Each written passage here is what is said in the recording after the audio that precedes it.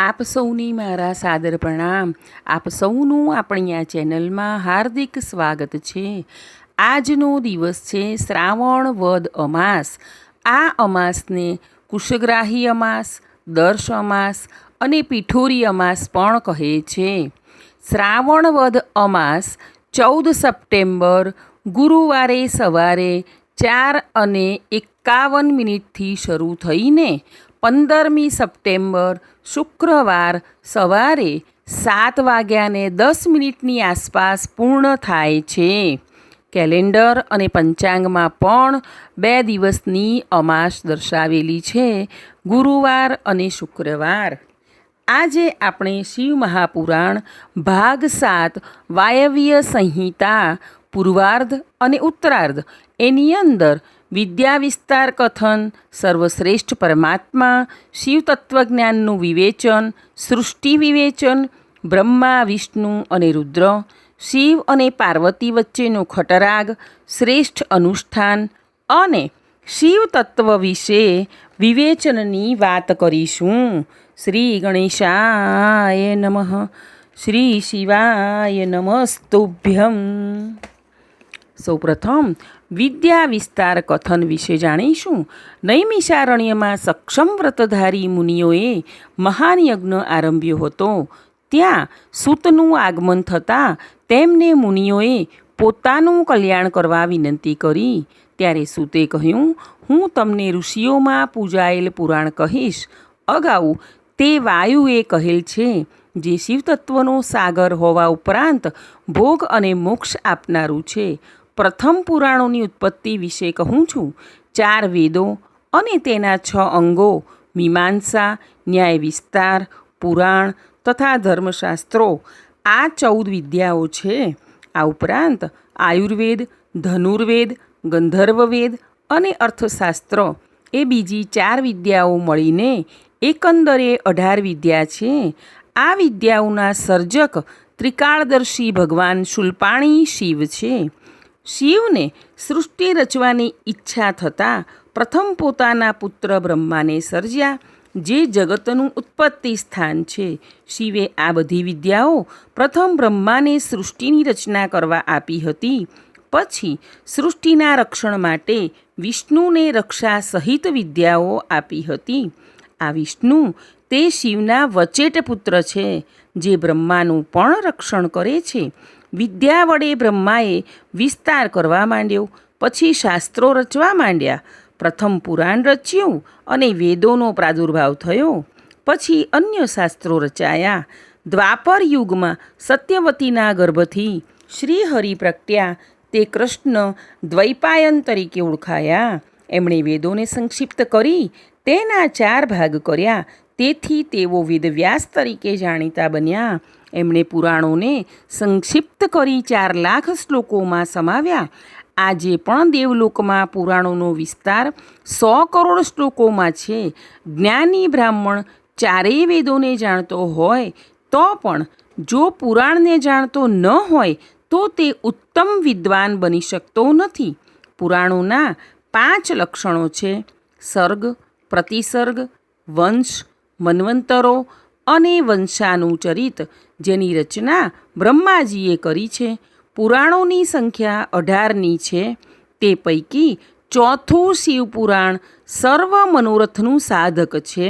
શિવપુરાણના 1,00,000 શ્લોકો 12 સંહિતામાં વહેંચી દેવામાં આવ્યા છે. એની રચના સાક્ષાત શિવે કરેલી છે, પરંતુ વ્યાસે તેને ટૂંકાવીને 24,000 શ્લોકોમાં સંક્ષિપ્તીકરણ કર્યું છે. તેથી તેની સંહિતાઓ 7 થઈ છે. ત્યારબાદ હવે આપણે સર્વશ્રેષ્ઠ પરમાત્મા કોણ તે અંગેની વાત કરીશું. શું તે કહ્યું? શ્વેત વારાહ કલ્પ આવતા સૃષ્ટિ રચનાનું કર્મ ચાલુ થતાં સર્જાયેલી પ્રજા ઘણી સમજુ થઈ. ત્યારે 6 કુળના મુનિઓ અંદરો અંદર વાત કરવા લાગ્યા. આ પરબ્રહ્મ છે, આ પરબ્રહ્મ નથી, એમ ખોટો વિવાદ થતાં બ્રહ્માને શરણે ગયા અને એ પરબ્રહ્મ વિશે પૂછતા કહ્યું, આપ અમને કહું કે સર્વોત્કૃષ્ટ પુરુષ કયો છે? જે પરમેશ્વર છે, જેનાથી પ્રથમ જગત સર્જાય છે. બ્રહ્મા ઊભા થઈ ગયા અને તેઓ દેવો અને દાનવો તથા મુનિઓ વચ્ચે એ રુદ્ર છે એમ બોલી ગયા. શિવની ભક્તિ એમની કૃપા વગર શક્ય જ નથી. સર્વ સાધનોમાં શિવની કૃપા જ સાધ્ય છે. માટે તમે એમની કૃપા પ્રસાદી મેળવવા માટે દોષરહિત થઈ એકમાત્ર શિવનું ધ્યાન ધરો. 1000 વર્ષ ચાલે તેવો યજ્ઞ યોજી આહવાન દ્વારા વાયુદેવને બોલાવો. તે તમને કલ્યાણનું સાધન તથા ઉપાય બતાવશે. ત્યારબાદ તમે કાશી જઈ પિનાક પાણી ભગવાન વિશ્વનાથના દર્શન કરી પાછા અમારી પાસે આવજો. ત્યારે હું તમને મોક્ષનો ઉપાય બતાવીશ. પછી બ્રહ્માએ સૂર્ય સમૂહ ચક્ર છોડ્યું, જે નૈમિષારણ્ય તરીકે પ્રખ્યાત થયું. ત્યાં તપ કરવા અનેક યક્ષો, ગંધર્વો તથા વિદ્યાધરો રહેવા લાગ્યા. અગાઉ વિશ્વને સર્જવા માટે પ્રજાપતિઓએ નૈમિષ વનમાં દિવ્ય યજ્ઞનો આરંભ કર્યો હતો. ત્યારબાદ શિવ તત્વજ્ઞાન વિશેનું વિવેચનની વાત કરીશું. શું તે કહ્યું? નૈમિષારણ્યમાં મહર્ષિઓએ આશ્ચર્યકારક યજ્ઞ કર્યો હતો. તે ટાણે વાયુ ત્યાં આવતા સઘળા મુનિઓ આનંદિત થયા હતા. મુનિઓએ તેમને કહ્યું, રુદ્રદેવ સર્વથી અધિક છે, પરંતુ તેમનું સ્વરૂપ યથાર્થપણે વર્ણવી શકાય તેવું નથી. તેથી આપ અમને રુદ્રદેવનું યથાર્થ સ્વરૂપે જ્ઞાન આપો. ત્યારે વાયુદેવે કહ્યું, બ્રહ્માએ સૃષ્ટિનું સર્જન કરવા માટે લાંબુ તપ કર્યું. તેમના તપથી પ્રસન્ન થઈ ભગવાન સદાશિવે કુમાર રૂપ ધારણ કરી શ્વેત નામે મુનિ થઈ બ્રહ્માને દર્શન દીધું. બ્રહ્માએ તેમને પ્રણામ કર્યા અને વેદના સારરૂપ ગાયત્રી સહિતનું જ્ઞાન મેળવ્યું. તેનાથી બ્રહ્માએ સ્થાવર જંગમ સૃષ્ટિનું સર્જન કર્યું. એ જ્ઞાન મેં બ્રહ્માના મોઢેથી પ્રાપ્ત કર્યું છે. જે જ્ઞાન મેં પ્રાપ્ત કર્યું તે જ્ઞાન જીવ માયા અંગે પરમેશ્વર સંબંધી હોય પાશુપાશપતિનું જ્ઞાન કહેવાય છે. વસ્તુને સારી રીતે સમજવી તેનું જ નામ જ્ઞાન. વસ્તુના 3 ભેદ છે: જડ પ્રકૃતિ, અજડ એટલે કે જીવ પ્રકૃતિ, અને ત્રીજો એ બંનેના નિયંતા પરમેશ્વર. એ ત્રણેયને પશુ, પાશ અને પશુપતિ કહેવાય છે. તત્વવેત્તાઓ તેમને ક્ષર, અક્ષર અને ક્ષરાક્ષર કહે છે. અક્ષર જીવ તે પશુ અને ક્ષર પ્રકૃતિને પાશ કહેવાય છે. અને તે બંનેથી પર પરમેશ્વર શંકર તેમના પતિ કહેવાય છે. આમ પ્રકૃતિ ક્ષર અને જીવ અક્ષર કહેવાય. તે બેઉને જે પ્રેરણા કરે છે તે ઈશ્વર માનવો. કોઈ પણ માણસના દુઃખનો અંત પ્રભુ શિવને જાણ્યા વિના આવવાનો જ નથી. હે મહર્ષિઓ, આ પવિત્ર જ્ઞાન લયના પ્રભાવથી, શંકર ભગવાનની કૃપાથી તથા બ્રહ્માજીના મુખેથી મેળવ્યું છે. શિવ જ્ઞાન વિના આ જીવનો ઉદ્ધાર નથી. બ્રહ્માંડ એ બ્રહ્માની યોનિ છે અને તે બ્રહ્માનું ક્ષેત્ર અને બ્રહ્મા ક્ષેત્રજ્ઞ કહેવાય છે. આવા કરોડો બ્રહ્માંડો છે. પ્રત્યેકમાં બ્રહ્મા, વિષ્ણુ અને રુદ્ર હોય છે. એ સત્વગુણરૂપ વિષ્ણુ, રજોગુણરૂપ બ્રહ્મા અને તમોગુણરૂપ રુદ્ર છે.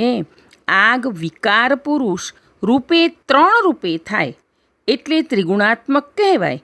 વળી તેના 4 વિભાગ પડતા હોવાથી તે ચતુર્વ્યુહ કહેવાય છે.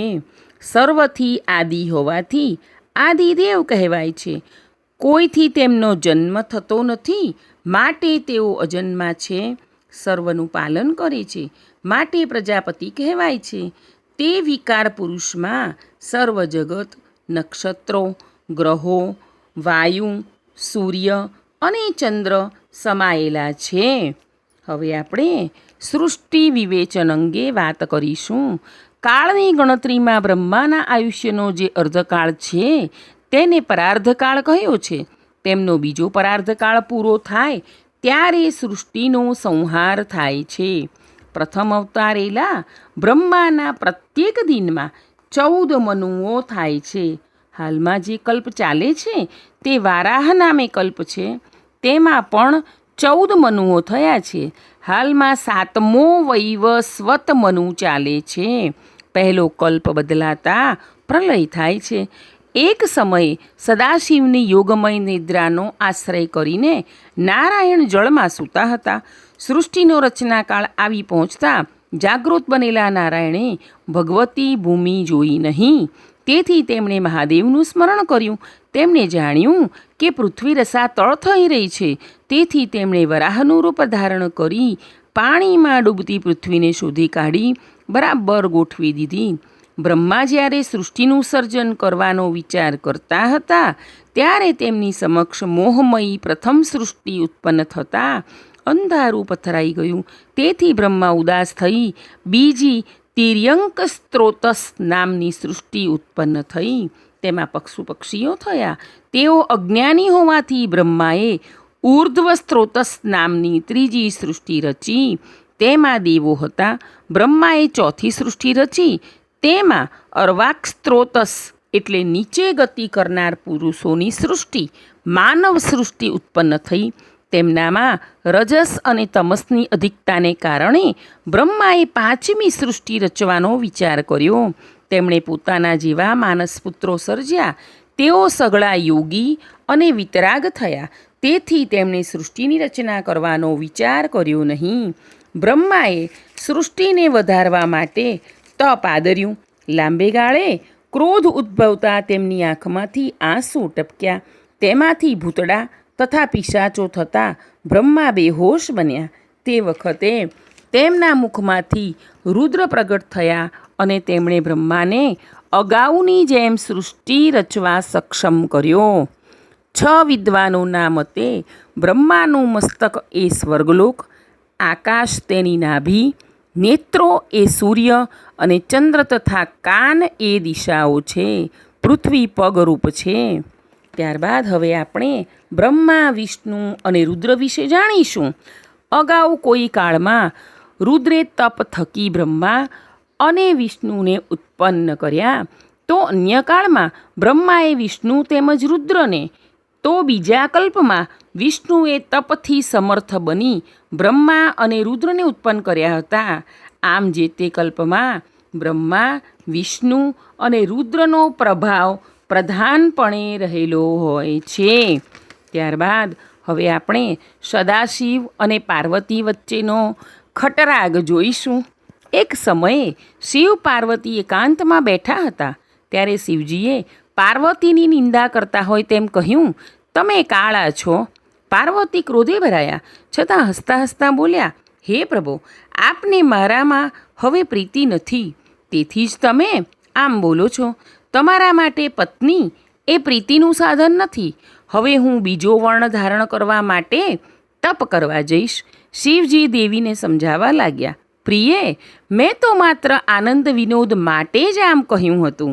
તમે તો નાહકના ગુસ્સે થાવ છો. તમારાથી મને અસંતોષ કે અપ્રીતિ નથી. છતાં દેવીનો ક્રોધ શાંત થયો નહીં. તેઓ ઉગ્રતાથી બોલ્યા, હું બ્રહ્માનું તપ કરી મારું કાળાપણું છોડાવીશ. શિવજીને દૈત્યોના વધ માટે કરેલી યોજના સફળ થતી નજરે પડી. તેમણે પાર્વતીને રોક્યા નહીં. શિવની પ્રદક્ષિણા કરી પાર્વતી હિમાલય પર તપ કરવા ચાલ્યા ગયા. તેમણે શાંત, ગંભીર તપસ્વિનીનો વેશ ધારણ કર્યો. તેઓ સદાકાળ પતિનું સ્મરણ કરવા લાગ્યા. તેમણે પાર્થિવ લિંગમાં સદાશિવનું પૂજન આરંભ્યું. ઘણા સમય બાદ દેવીના તપસ્થાને એક પ્રચંડ વાઘ દુષ્ટ ભાવથી આવ્યો, પરંતુ દેવી પાસે આવતા ચિત્રની માફક સ્થિર થઈ ગયો. તે રાત દિવસ સ્થિર ઊભો રહ્યો. તેથી દેવીને વાઘ ઉપર દયા આવતા તેને સદ્બુદ્ધિ પ્રાપ્ત થઈ અને તે માતાજીનો ભક્ત બની દેવીની સેવા કરવા લાગ્યો. દૈત્યોના ત્રાસ વધતા દુઃખી દેવો બ્રહ્માજી પાસે આવ્યા. બ્રહ્માજીને આગલી લીલાનું સ્મરણ થતાં તેઓ દેવોના દુઃખના નિવારણ માટે હિમાલય પર ગયા, જ્યાં પાર્વતીજી તપ કરતા હતા. દેવીએ બ્રહ્માજીને આવકાર્યા. બ્રહ્માજીએ તેમને તપનું કારણ પૂછતા દેવીએ કહ્યું, શિવને કાળી ન ગમવાથી ગોરી થવાની મારી ઈચ્છા છે. ત્યારે બ્રહ્માજીએ શુંભ નિશુંભને હણવા પાર્વતીને કહ્યું. દેવી પાર્વતીએ પોતાની ચામડીની ખોળ ત્યજી દઈ પોતે ગૌરવર્ણ બની ગયા અને તેમણે છોડેલી કાળી ખાલ એક કન્યા રૂપ બની અને તેનું કૌશિકી એવું નામ પ્રાપ્ત થયું. પાર્વતીએ તે કન્યા બ્રહ્માને સોંપી. બ્રહ્માએ તેના પર પ્રસન્ન થઈ સિંહનું વાહન આપ્યું. તે કૌશિકી બ્રહ્માને તથા માતા પાર્વતીને વંદન કરી શુંભ નિશુંભ દૈત્યોના વધ માટે વિંધ્યાચલ પર્વતમાળા તરફ પ્રસ્થાન કર્યું. કૌશિકીને ઉત્પન્ન કરી બ્રહ્માને સોંપ્યા પછી ગૌરી બ્રહ્માને કહે, મારા શરણે તથા આશ્રય આવેલા આ વાઘે તપોવનમાં ક્રૂર પ્રાણીઓથી મારું રક્ષણ કર્યું છે. તેને મારામાં અપૂર્વ શ્રદ્ધા ભક્તિ છે. તેથી હવે તે મારા અંતઃપુરમાં રહેશે અને ભગવાન સદાશિવ આને ગણનાયકનું પદ અર્પણ કરશે. માટે આ વાઘને આગળ કરી સખીઓની સાથે હું જવા ઈચ્છું છું. આપ મને સંમતિ આપો. આમ કહી દેવી મંદરાચલ પર આગળ વધ્યા. દ્વારપાળ થકી દેવીના આગમનના સમાચાર જાણી શંભુ ઉત્સુક બન્યા. પાર્વતીએ ગૌરી સ્વરૂપે જઈ શિવને પ્રણામ કર્યા. શિવજીએ તેમને હૃદયથી આવકાર્યા. હર્ષભેર તેમને ભેટીને વામાંક ઉપર બેસાડી તેમના ગૌરમુખ ચંદ્ર સામે જોઈ બોલ્યા, હે દેવી, તમારી વ્યાકુળતા હવે દૂર થઈ હશે, પરંતુ મહાશક્તિને કોઈ વર્ણ હોય જ નહીં. મેં તો ગમ્મત ખાતર કહ્યું હતું. સામાન્ય માનવીની જેમ આપણા વચ્ચે કોઈ વિવાદ, ક્લેશ કે અપ્રીતિ હોઈ શકે નહીં. આપણે સાથે મળીને તો આ સ્થાવર અને જંગમ જગતનું નિયંત્રણ કરીએ છીએ, એટલે આપણો વિયોગ ઠીક ન ગણાય. સાક્ષાત્કાર વિદ્યા વડે થાય છે. તમે જ વિદ્યા છો. તમારા સાક્ષાત્કારથી હું વેદ બનું છું. વિદ્યા અને વેદ વચ્ચે વિયોગ હોય નહીં. હું તમારી આજ્ઞાથી જ સર્વ ઉત્પત્તિ અને સંહાર કરું છું. દેવીએ કહ્યું, હે પ્રભુ, મેં આપની આજ્ઞાથી જે કૌશિકીનું સર્જન કર્યું તેનું વર્ણન તમને બ્રહ્મા કહેશે.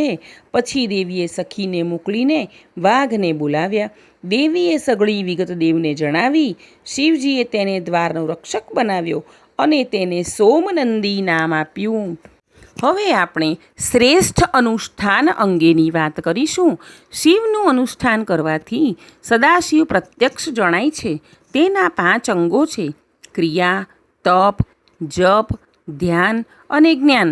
શૈવશાસ્ત્રના 2 પ્રકાર છે, એક વૈદિક અને બીજો અવૈદિક. જે વેદના સારમય છે તે વૈદિક કહેવાય છે અને જે સ્વતંત્ર છે તે અવૈદિક છે. આ સ્વતંત્ર શાસ્ત્ર પ્રથમ 10 પ્રકારનું હતું, તે વધીને 18 પ્રકારનું થયું. આ શાસ્ત્રના મુખ્ય 4 વક્તા રુદ્ર, દધીચી, અગસ્ત્ય અને ઉપમન્યુ તેઓ સંહિતાઓના પ્રવર્તક છે. તેમના શૈવ શાસ્ત્રો સદાશિવનો દ્રઢ સાક્ષાત્કાર કરાવે છે. તેથી પાશુપત યોગ વર્ણવાયો છે. તેને શ્રેષ્ઠ અનુષ્ઠાન કહેલ છે. સદાશિવે 8 નામોવાળા યોગની કલ્પના કરેલી છે.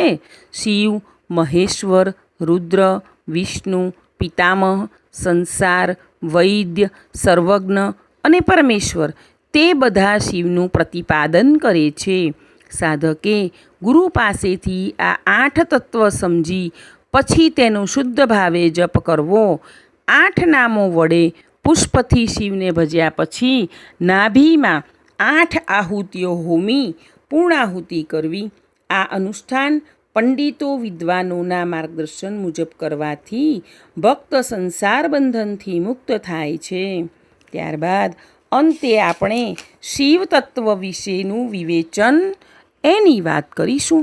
ઉપમન્યુએ કહ્યું, શિવને જરા પણ માયા, પ્રકૃતિ, બુદ્ધિ, અહંકાર, મન, ચિત્ત, ઇન્દ્રિયો કે 5 તન્માત્રાઓનું બંધન નથી. શિવને કશા સાથે સંબંધ નથી. તેમનું કોઈ કારણ કે કર્તા, આદિ, મધ્ય કે અંત નથી. શિવ તો સર્વસ્વ છે. એમનાથી આ જગત ધબકે છે. શિવ પ્રત્યેકના હૃદયમાં અણુએ અણુમાં વૃક્ષની જેમ સ્તબ્ધ અથવા નિશ્ચિત સ્થિર સ્વરૂપે રહે છે. શિવનું સ્મરણ તથા ચિંતન કરવાથી ભક્ત પ્રેમાળ, સ્નેહાળ, ગંભીર, જ્ઞાની અને સુખદાયી બને છે. શિવની 3 પ્રકારની સેવા થાય છે. શિવના આદિરૂપનું ચિંતન તે માનસિક સેવા, જપ વગેરે વાચિક સેવા અને કર્મરૂપે પૂજા આદિ કાયિક સેવા છે તે શિવ ધર્મ કહેવાય છે. તેને ભોળાનાથે 5 પ્રકારે કહ્યો છે: તપ, કર્મ, જપ, ધ્યાન તથા જ્ઞાન. ચાંદ્રાયણ વ્રત આદિ તપ છે. લિંગ પૂજા વગેરે કર્મ છે. 3 પ્રકારનો જપ છે: શિવશાસ્ત્રનો અભ્યાસ, શિવનું ચિંતન, તે ધ્યાન, અને શિવશાસ્ત્રમાં કહેલું જ્ઞાન, તે જ્ઞાન કહેવાય છે. શ્રી કૃષ્ણે કહ્યું, હે પ્રભુ, પોતાના આશ્રિત ભક્તોની ખાસ મુક્તિ થાય તે માટે સદાશિવે વેદોના સારરૂપ જે શિવજ્ઞાન કહ્યું છે તે સાંભળવાની ઈચ્છા છે.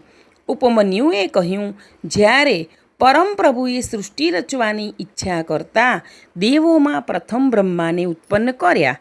બ્રહ્માએ વિશ્વનું સર્જન કર્યું. યજ્ઞો માટે સોમને ઉત્પન્ન કર્યો. સોમથી આકાશ અને સ્વર્ગ થયા. તેમાંથી પૃથ્વી, અગ્નિ, સૂર્ય, વિષ્ણુ, ઇન્દ્ર અને બીજા દેવો થયા. તે બધાએ રુદ્રાધ્યાયથી રુદ્રદેવની સ્તુતિ કરતા રુદ્ર પ્રગટ થતાં દેવો તેમને ઓળખી શક્યા નહીં. તેમણે કહ્યું, હું એક છું, મારાથી અધિક કોઈ નથી. આમ કહી તે અદૃશ્ય બન્યા. વ્યાકુળ દેવો ફરી પાઠ કરવા લાગ્યા. સામવેદના મંત્રોના જાપ કર્યા. તેમનો મોહ દૂર થતાં તેમણે અથર્વશીર્ષ ઉપનિષદમાં કહેલું પાશુપત વ્રત કરવા માંડ્યું. તેમની ભક્તિ જોઈ મહાદેવે તથા દેવી પાર્વતીએ તેમને દર્શન દીધા. દેવોએ તેમની આદરથી સ્તુતિ કરી. મહાદેવે તેમને આવવાનું કારણ પૂછતા દેવોએ કહ્યું, હે સદાશિવ, આપની પૂજા કેવી રીતે થાય અને તે માટે કોને અધિકાર છે તે કહેવાની કૃપા કરો. આ સાંભળી શિવે પોતાનું શ્રેષ્ઠ ઘોર સ્વરૂપ બતાવ્યું.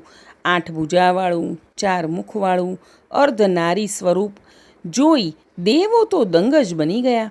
દેવોએ તેમને અર્ધ્ય પ્રદાન કર્યું, સ્તુતિ કરી. ધર્મ, અર્થ, કામ અને મોક્ષની ઈચ્છાવાળા મનુષ્યે સૂર્યમંડળમાં રહેલા મહાદેવનું પૂજન કરી અર્ધ્ય આપવો અને વંદન કરવા તેમજ પાઠ કરવો. આમ અહીં સંક્ષિપ્ત શ્રી શિવ મહાપુરાણ કે જે મહર્ષિ વેદવ્યાસ રચિત છે તેની આ 7 સંહિતાની તમામ કથાઓ પૂર્ણ થાય છે. ઉમાપતિ મહાદેવની જય. આપ સૌએ આખો માસ મને સાંભળી તે બદલ આપ સૌનો ખૂબ ખૂબ હૃદયપૂર્વક આભાર માનું છું. આ શિવપુરાણ ફક્ત શ્રાવણ માસમાં જ સંભળાય તેવું કંઈ નથી. આપણને જ્યારે સમય મળે ત્યારે સાંભળી લેવું. વર્ષમાં જેટલી વાર સાંભળવું હોય તેટલી વાર સાંભળી શકાય. જ્યારે માનસિક અશાંતિ હોય, જીવને ખૂબ અજંપો હોય ત્યારે આ ખાસ સાંભળવું. સદાશિવ તો ખૂબ જ ભોળા છે. તેઓ આપણા સૌની ઉપર તેમની કૃપા દ્રષ્ટિ જરૂરથી રાખશે.